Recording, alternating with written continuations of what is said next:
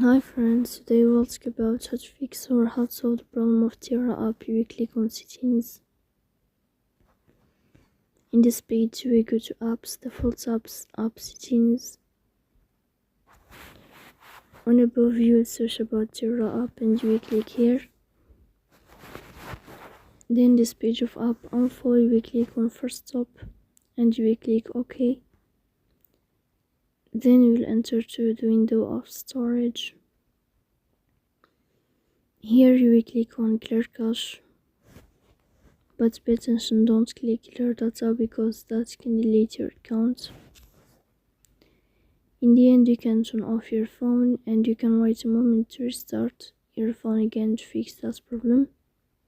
If it's not working with you, then you can update your app, so please don't forget to support us by like and subscribe. See you next time.